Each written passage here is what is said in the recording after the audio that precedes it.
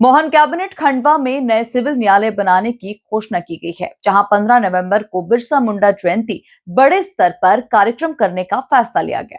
वहीं 13 नवंबर को CM doctor Mohan Yadav ने किसानों के खाते में भावांतर योजना की राशि ट्रांसफर करने की भी घोषणा की है। देखिए खास रिपोर्ट। मोहन कैबिनेट की बैठक में कई बड़े फैसले।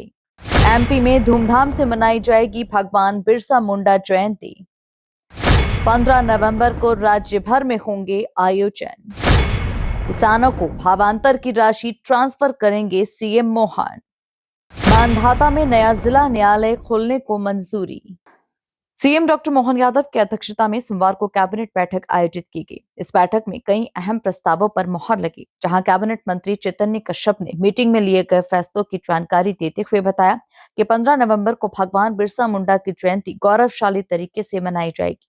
इसके लिए प्रदेश में 2 बड़े कार्यक्रम आयोजित किए जाएंगे, जहां जबलपुर और अलीराजपुर में राज्य स्तरीय कार्यक्रम आयोजित होंगे। इन कार्यक्रमों में प्रधानमंत्री नरेंद्र मोदी वर्चुअली जुड़ेंगे। हर जिले में कार्यक्रम आयोजित किए जाएंगे, जहां जनजातीय वर्ग से जुड़े प्रतिभाशाली लोगों को सम्मानित भी किया जाएगा।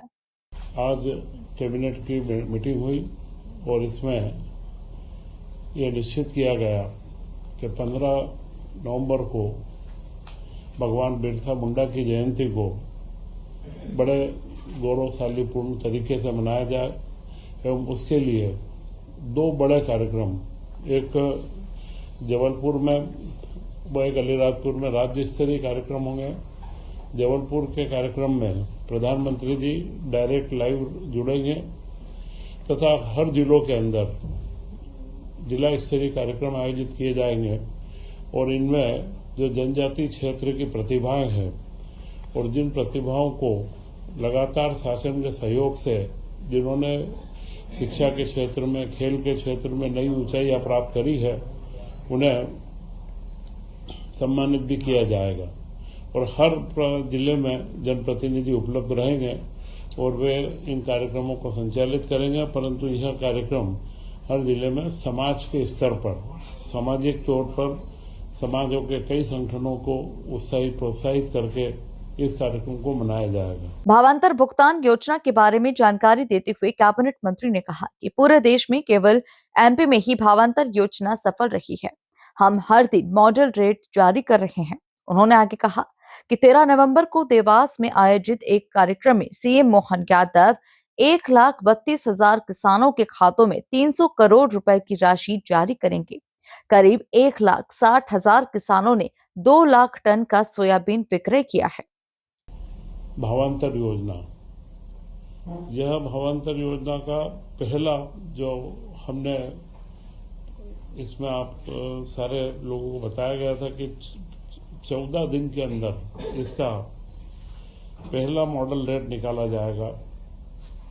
तो सोयाबीन के अंदर यह योजना मुझे लगता है कि देश के अंदर मध्य प्रदेश में ही सबसे सफल रूप से लागू हो पाई है, क्योंकि जो पहला भावांतर का रेट निकला है वह रेट 4,036 रुपए का निकला था और उसके बाद अब प्रतिदिन हम भाव निकाल रहे हैं। 24/11 से 7/11 का 4,020 था और आज का 4,036 है। और मुझे आपको बताते हुए बड़ी प्रसन्नता है कि अगले 13 तारीख के दिन मुख्यमंत्री जी के द्वारा देवास से करीब 1,32,000 किसानों को 300 करोड़ का भुगतान, भावांतर का जो करीब 1,300 रुपए के आसपास क्विंटल पर आएगा, यह भुगतान सीधे उनके बैंक खातों में किया जाएगा। 1,60,000 किसानों ने करीब 2,70,000 टन का सोयाबीन विक्रय करा है। अब जो प्रतिदिन रेट आएगा, रोज का रेट जारी होता जाएगा, मंडी को मालूम रहेगा और यह इतनी पारदर्शी योजना और इतने सफल तरीके से पूरी खरीदी का मॉडल, खरीदी से लेकर के किसानों को जो लाभ मिल रहा है, पूरे लाभ के साथ में मुझे लगता है मध्य प्रदेश ने इसमें भावांतर योजना में देश में एक अपनी बहुत ऊंचाइयां प्राप्त करी है। और इसका जो सिंगल क्लिक से जो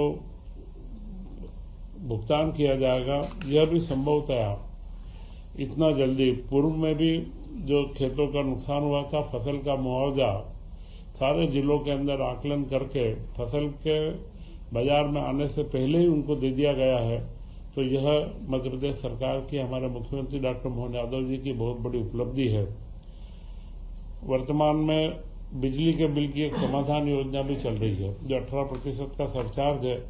उस योजना में हमारा सभी किसानों से व घरेलू उपभोक्ताओं से अनुरोध भी है कि वे अपने बिलों को 30 दिसंबर तक करके और अपने बिलों में जो सरचार्ज और जो विसंगतियां उनको दूर करवा लें।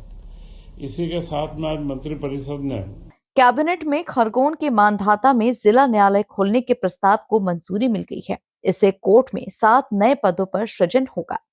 वह मानधाता जिले के अंदर खंडवा में एक सिविल न्यायालय की स्थापना करना। खंडवा के अंदर यह जो 7 नवीन पदों का सृजन हुआ है और मानधाता क्षेत्र के अंदर ये पहला न्यायालय रहेगा, जिससे उस क्षेत्र के सभी नागरिकों को काफी उसका लाभ मिलने की संभावना है।